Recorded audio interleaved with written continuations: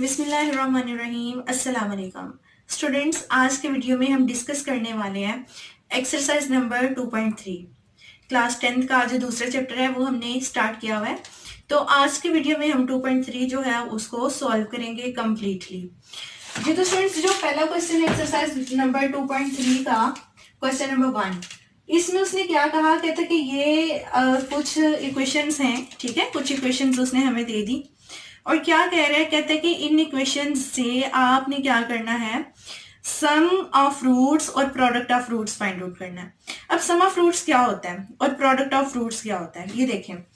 Roots क्या होता है इस इक्वेशन का सोल्यूशन, ठीक है, यानी जब आप इसको सॉल्व करोगे तो आपके पास एक्स की कुछ वैल्यूज निकलेंगी, उन वैल्यूज को हम रूट्स कहते हैं। अब आपने ये बताना है कि उन रूट्स का सम क्या होता है, यानी उनको ऐड करो तो क्या आता है, उनको मल्टीप्लाई करो तो क्या आता है।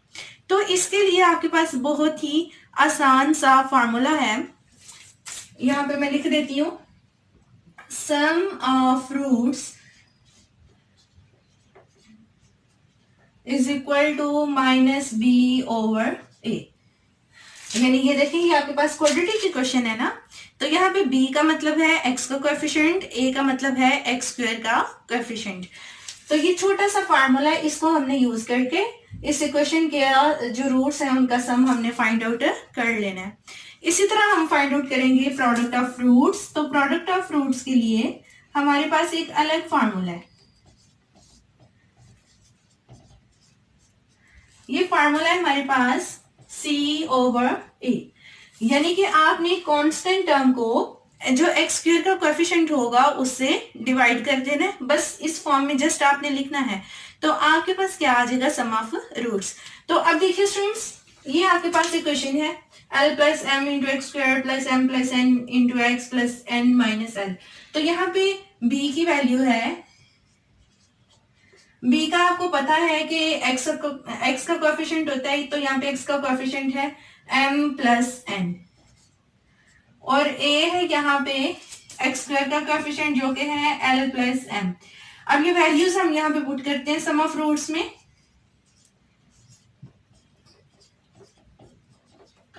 माइनस की जगह, माइनस b की जगह हम m प्लस एन पुट करेंगे, और जो a है उसकी जगह हम पुट कर देंगे l प्लस एम। ये तो ये आपके पास आ गया सम ऑफ रूट्स। अब हम क्या करते हैं, बिल्कुल इसी तरह से हमने product of roots find out करना है। तो यहाँ पे स्टूडेंट्स a की वैल्यू का आपको पता है, यहाँ पे हम c की वैल्यू भी लिख लेते हैं। c वो वाली वैल्यू होती है जो कांस्टेंट होती है, जिसके साथ x होता ही नहीं है, मतलब कि वेरिएबल नहीं होता। तो यहाँ पे कांस्टेंट है n माइनस एल, क्योंकि इसके साथ वेरिएबल नहीं है, तो यहाँ पे हम c के सामने लिख लेंगे n माइनस एल। अब ये वैल्यूज हम इस फॉर्मूले में पुट कर देते हैं, प्रोडक्ट ऑफ रूट्स।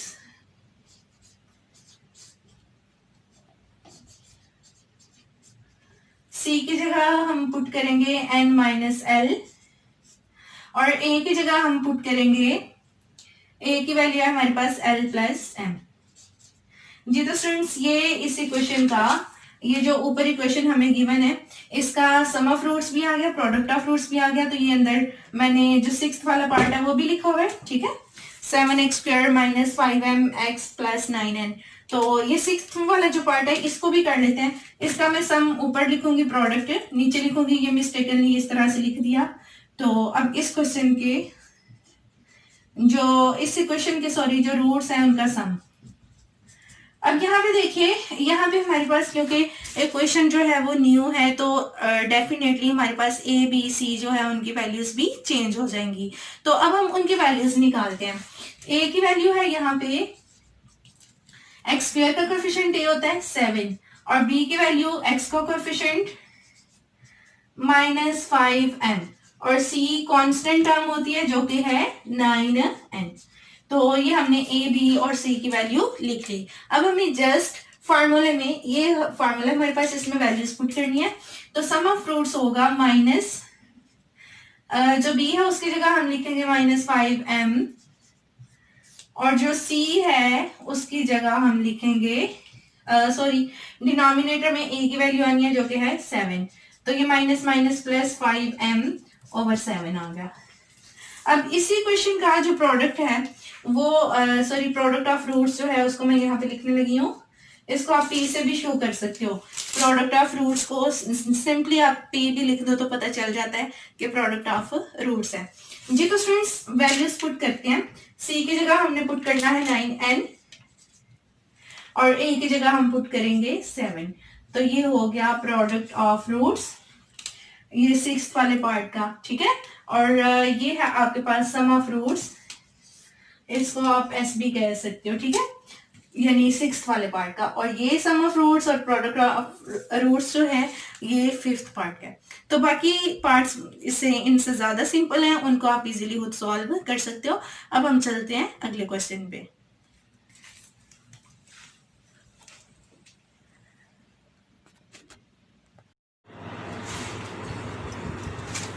जी तो स्टूडेंट्स जो क्वेश्चन नंबर 2 है इसके हैं 2 पार्ट्स, ठीक है, लेकिन मैंने दूसरा पार्ट लिया क्योंकि स्मार्ट सिलेबस में दूसरा पार्ट उन्होंने दिया हुआ है, तो हम इसी को सॉल्व करते हैं। दोनों का मेथड सेम है। अगर आपको एक पार्ट की समझ आ जाती है तो उसको देख के आप दूसरा पार्ट जो है उसको सॉल्व कर सकते हो। जी तो स्टूडेंट्स देखिए जरा, उसने कहा कि ये आपके पास इक्वेशन है, आपने फाइंड आउट करनी है के की वैल्यू। यहाँ पे ये के नजर आ रहा है आपको, ये के है और ये इसकी वैल्यू आपने निकालनी है। और उसने साथ में आपको कंडीशन दे दी, एक बात उसने अंदर बता दी है, ठीक है, एक पॉइंट जो है, जो हिंट वो दे देता है क्वेश्चन के अंदर, उसको हम कहते होते हैं कंडीशन। अब वो कंडीशन क्या है, कहता है कि sum of roots of this equation is 3/2 times product of roots of this equation. कहता है कि इस इक्वेशन के जो रूट्स हैं उनका सम जो है वो प्रोडक्ट के 3/2 टाइम के इक्वल है। यानी प्रोडक्ट को आप 3/2 से मल्टीप्लाई कर लो और जो सम है उन दोनों को इक्वल रखो ना, यानी सम को आपने प्रोडक्ट के 3/2 टाइम्स के इक्वल रखना है। तो ये कंडीशन उसने दे दी, इसको यूज करके हमने जो है वो के की वैल्यू फाइंड आउट करनी है। तो स्टार्ट करते हैं। ये हमारे पास कंडीशन है, ये इक्वेशन है, ठीक है। इक्वेशन को देख के हम जो है वो ए बी और सी की वैल्यू फाइंड आउट कर लेते हैं। हम लिखते हैं, इसको लिख लेते हैं इक्वेशन नंबर 1। अब हम यहाँ पे लिखेंगे comparing equation number 1 to ax² + bx + c, यानी जो क्वाड्रेटिक इक्वेशन की स्टैंडर्ड फॉर्म है उसे हमने इसको कंपेयर किया। कंपेयर इसलिए करें ताकि हमें पता चले ए की वैल्यू क्या है, बी की वैल्यू क्या है और सी की वैल्यू क्या है। तो देखिए स्टूडेंट्स, यहाँ पे ए जो है उसकी वैल्यू एक्स के कोएफिशिएंट कुछ नहीं है, यहाँ पे तो 1 होगा, it's mean a is equal to 1। B x का कोएफिशिएंट है और यहाँ पे एक्स का कोएफिशिएंट 3k - 7, तो बी की वैल्यू है 3k - 7 और सी की वैल्यू है यहाँ पे कांस्टेंट जो कि है 5k। ए बी और सी तीनों की वैल्यू हमने निकाल ली। अब हमने क्या करना है स्टूडेंट्स, अब हम फाइंड आउट करते हैं सम ऑफ रूट्स और प्रोडक्ट ऑफ रूट्स, क्योंकि हमारे पास कंडीशन में भी सम और प्रोडक्ट दिया हुआ है, तो पहले हम इसे फाइंड आउट कर लेते हैं। अब सम का फार्मूला आपको पता चल गया है कि पिछले क्वेश्चन में -b/a। अब b की जगह हमने पुट करना है 3k - 7 और a की जगह हमने पुट करना है 1, तो ये बना -3k + 7। और जो प्रोडक्ट है उसकी वैल्यू निकालने के लिए हम फार्मूला यूज करेंगे। तो प्रोडक्ट के लिए फार्मूला होता है c/a और यहाँ पे देखिए c की वैल्यू है 5k, a की वैल्यू 1, तो डिनोमिनेटर में 1 हो या ना हो कोई फर्क नहीं पड़ता, यानी प्रोडक्ट की वैल्यू हमारे पास 5k आ गई, सब की वैल्यू भी आ गई और प्रोडक्ट की वैल्यू भी आ गई। तो अब हम इस कंडीशन को यूज करेंगे, ठीक है। यहाँ पे हम लिखेंगे अकॉर्डिंग टू गिवन कंडीशन। जी तो स्टूडेंट्स, इस कंडीशन को हम यूज करते हैं। अब इस कंडीशन में उसने क्या कहा, कहते हैं कि sum of roots is 3/2 times product of roots, यानी s is equal to 3/2 times product. ये कंडीशन बन गई। अब हम यहाँ पे इस कंडीशन में वैल्यूज पुट कर देते हैं। हमारे पास सम की वैल्यू भी है, हमारे पास प्रोडक्ट की वैल्यू भी है, तो दोनों वैल्यूज हम यहाँ पे पुट कर देते हैं।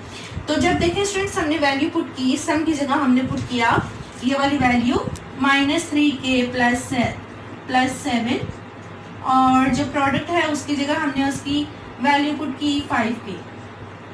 अब यहाँ पे देखें 2 डिनोमिनेटर में, तो 2 जो है वो इस साइड पे आके मल्टीप्लाई हो जाएगा, तो 2 3s are -6k, 2 7s are 14, और इसको इससे मल्टीप्लाई करें तो 15 है k। अब -6k इस साइड पे आएगा तो ये बन जाएगा +6k, और फर्दर हमारे पास इस साइड पे है 14 और इस साइड पे हमारे पास आ गया 15 और 6 21k। अब यहाँ पे देखिए k की वैल्यू फाइंड आउट करनी है, तो 14/21, 7 से दोनों की कटिंग, सॉरी यहाँ पे 21 आता, मैंने 27 लिख दिया। अब 14 और जो 21 है इन दोनों की कटिंग होती है 7 के टेबल से, 7 के टेबल में क्योंकि ये दोनों वैल्यूज आती हैं, तो 7 से कटिंग करती हैं, 7 2s are 14 और 7 3s are 21। तो हमारे पास k की वैल्यू स्टूडेंट्स आ चुकी है जो कि है 2/3। तो बिल्कुल इसी पैटर्न को फॉलो करके आप इसका पहला जो पार्ट है वो भी सॉल्व कर सकते हो अगर करना चाहो तो, लेकिन ज़रूरत नहीं है क्योंकि सिलेबस जो है वो इस दफ़ा स्मार्ट है, यानी कि ये एक ही पार्ट जो है इंक्लूड है सिलेबस में।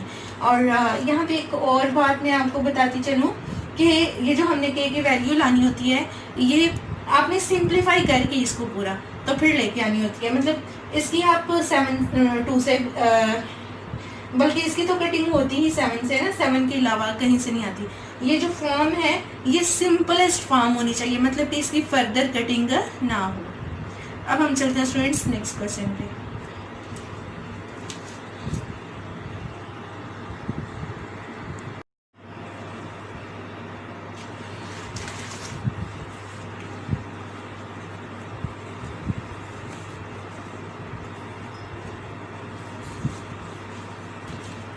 जी तो स्टूडेंट्स जो क्वेश्चन नंबर 4 है वो क्योंकि सिलेबस में नहीं है और क्वेश्चन नंबर 3 भी, तो डायरेक्ट हम आगे क्वेश्चन नंबर 5 पे। अब क्वेश्चन नंबर 5 में देखिए उसने एक क्वेश्चन दिया है x² + 7x + 3m - 5 = 0। कहते हैं इस इक्वेशन में ये जो m है इसकी वैल्यू निकालो, और साथ में उसने ये देखें ये एक्सप्रेशन दे दिया। कहता है कि ये एक्सप्रेशन जो है ये इस इक्वेशन के लिए ट्रू है, वैलिड है, ये रिलेशन इस इक्वेशन के लिए ठीक है, मतलब कि इसमें कोई कंफ्यूजन नहीं है। हमने इसको यूज़ करना है, जारी बात है जो भी इंफॉर्मेशन किसी क्वेश्चन के अंदर दी होती है उसको हम यूज़ करके तो फिर उसको सॉल्व करते हैं। तो हम क्या करेंगे, ये हमारे पास इक्वेशन है, सबसे पहले हम इसको कंपेयर करते हैं स्टैंडर्ड फॉर्म से और a, b और c की वैल्यू निकालते हैं। तो हम लिखेंगे here a = 1, b = 7 and c = 3m - 5। हो गया, a, b और c की वैल्यू हमने लिख दी।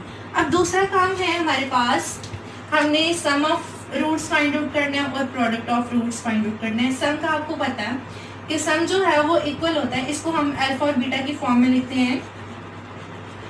हम समझते हैं कि इस इक्वेशन के जो रूट्स हैं ना वो अल्फा बीटा है। अब हमने अल्फा बीटा क्यों हम उन रूट्स को लेट कर रहे हैं, क्योंकि इस रिलेशन में उसने अल्फा बीटा यूज किया हुआ है। तो हम लिखेंगे let alpha beta are roots of equation number 1। इसको हम क्या लेते हैं, इक्वेशन नंबर 1। ठीक हो गया। अब अल्फा बीटा इसके रूट्स हैं, तो हमारे पास अल्फा प्लस बीटा होगा। Alpha plus beta mean sum of roots, और सम ऑफ रूट्स का फार्मूला होता है -b/a। अब माइनस की जगह माइनस और b/a, b की जगह हमने लिख लिया 7 और a की जगह 1 आ गया।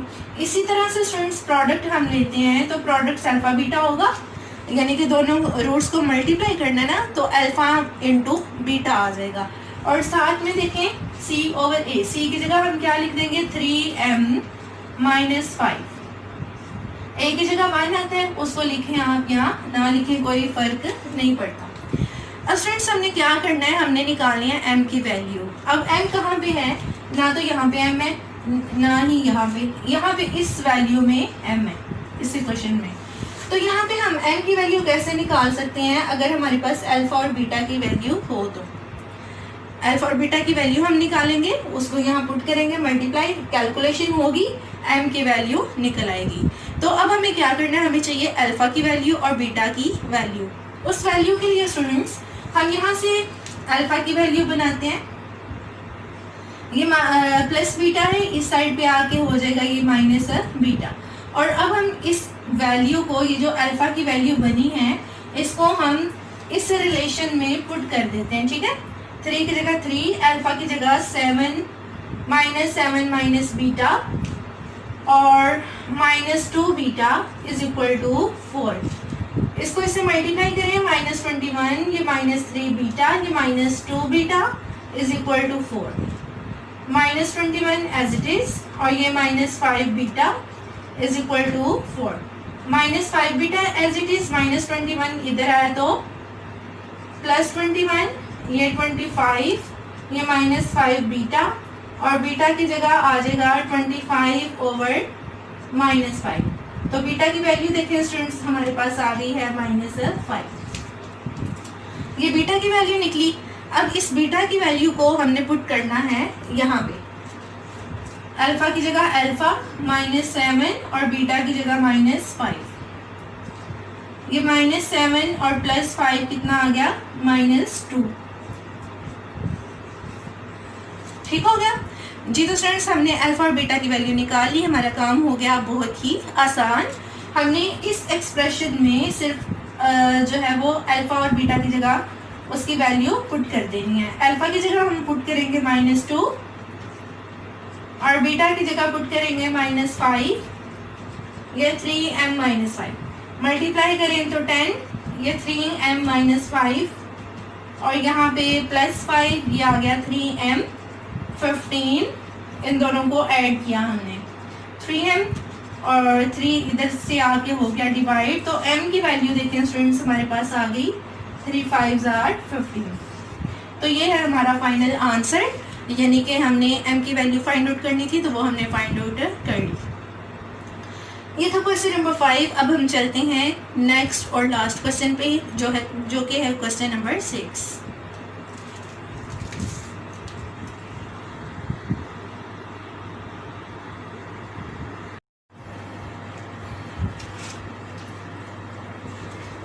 जी तो स्टूडेंट्स लास्ट क्वेश्चन में उसने हमें एक क्वेश्चन दी, और यहाँ पे जो कंडीशन है ना वो बहुत ही मज़े की है, बहुत इंटरेस्टिंग सी कंडीशन है स्टूडेंट्स। उसने कहा कि जो सम ऑफ फ्रूट्स है वो भी लैम्डा के इक्वल, जो प्रोडक्ट ऑफ फ्रूट्स होगा इस इक्वेशन का वो भी लैम्डा के इक्वल, मतलब कि दोनों वैल्यूज जो हैं वो सेम आ रही हैं। एक ये वैल्यू है आपके पास लैम्डा, हम इसको बोलते हैं। कहते हैं कि सम ऑफ फ्रूट्स भी लैम्डा के इक्वल है यहाँ पे, और प्रोडक्ट ऑफ फ्रूट्स जो है वो भी लैम्डा के इक्वल, मीन्स ये उसने कंडीशन हमें दी। तो देखिए स्टूडेंट्स, जब सम जो है वो भी लैम्डा के इक्वल हो गया, ठीक है, सम ऑफ फ्रूट्स जो है वो भी लैम्डा के इक्वल और प्रोडक्ट जो है वो भी लैम्डा के इक्वल, तो इट्स मीन के सम और प्रोडक्ट जो है ये दोनों इक्वल है। तो ये असल में कंडीशन है जो उसने इस क्वेश्चन में हमें दी हुई है, जिसको हमने यूज करके m की वैल्यू फाइंड आउट करनी है। जो हमारा क्वेश्चन है मेन, जो यानी हमें रिक्वायर है, हमें m की वैल्यू चाहिए। तो क्या करेंगे स्टूडेंट्स, हम यहाँ पे ये देखेंगे 2m + 3 × x² + 7m - 5x + 3m - 10। इसको कंपेयर करते हैं हम क्वाड्रेटिक इक्वेशन से। तो हमारे पास a की वैल्यू है 2m + 3, b की वैल्यू है 7m - 5 और c की वैल्यू है 3m - 10। ये वैल्यूज हमने यहाँ पे लिख ली। अब क्या करना है स्टूडेंट्स, अब हम सम और प्रोडक्ट जो है वो फाइंड आउट कर लेते हैं। तो सम का पता है आपको, फार्मूला आपको आता है -b/a, माइनस ये b ओवर a की जगह पे आएगा 2m + 3 और प्रोडक्ट की जगह पे आएगा c की जगह पे आएगा 3m - 10 और जो a है उसकी जगह पे आएगा 2m + 3। ये अब हमने ये वैल्यूज जो है यहाँ पे सम और प्रोडक्ट में पुट करनी है। तो पुट करें स्टूडेंट, सम की जगह हम पुट करेंगे -7m - 5 और डिनोमिनेटर में है 2m + 3। ये कंडीशन हमने पहले लिख ली हुई थी, उसकी जगह हमने वैल्यूज जो है वो पुट करना शुरू कर दी। वैल्यूज पुट कर रहे हैं, तो p की जगह देखें, p की जगह आएगा 3m माइनस 10 और डिनोमिनेटर में 2m प्लस 3, ये दोनों वैल्यूज कट गई। ये देखिए ये वैल्यू यहाँ पे डिवाइड हो रही है ना, इसने इधर आके मल्टीप्लाई होना था, मल्टीप्लाई होके इसने, क्योंकि ये दोनों सेम वैल्यूज है, इन्होंने कट जाना था। तो बाकी हमारे पास आया minus 7m minus minus plus 5 और यहाँ पे 3m माइनस 10। अब ये माइनस 10 जो है यहाँ पे आएगा जब, तो ये हो जाएगा प्लस 10 और ये जो माइनस 7m है ये यहाँ पे आएगा, तो ये हो गया प्लस 7m। दोनों को हमने ऐड किया तो 10m और ये आ गया 15। अब ये 10 जो है स्टूडेंट्स, इसको हम यहाँ पे लाके डिवाइड कर लेंगे, तो हमारे पास m की वैल्यू, कटिंग करें दोनों की, 5 से 5 2 ज़ा 10, 5 3 ज़ा 15, तो m की वैल्यू हमारे पास आ गई है 3/2। बिल्कुल इसी तरह से हम दूसरा पार्ट भी सॉल्व कर सकते हैं, लेकिन दूसरा पार्ट क्योंकि स्मार्ट सिलेबस में नहीं है तो हमने यही वाला पार्ट किया। जी तो स्टूडेंट्स, ये थी एक्सरसाइज नंबर 2.3। मिलते हैं अगले वीडियो में न्यू एक्सरसाइज के साथ, न्यू कॉन्सेप्ट्स के साथ। तब तक के लिए अल्लाह हाफिज़।